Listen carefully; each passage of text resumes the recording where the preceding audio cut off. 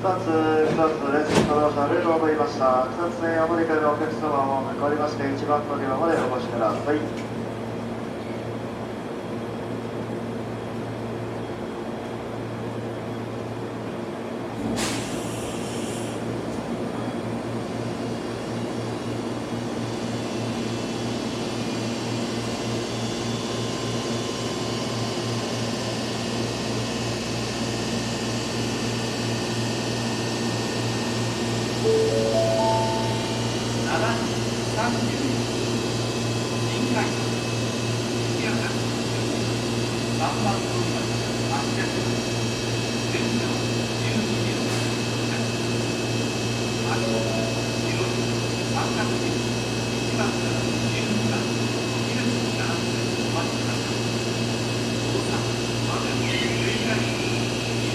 山乗りバス、大阪行き、山中発車です。閉まります。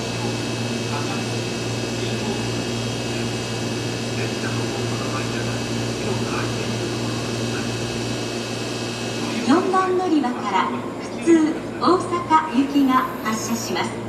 ドアが閉まります。ご注意ください。はい、確認よし。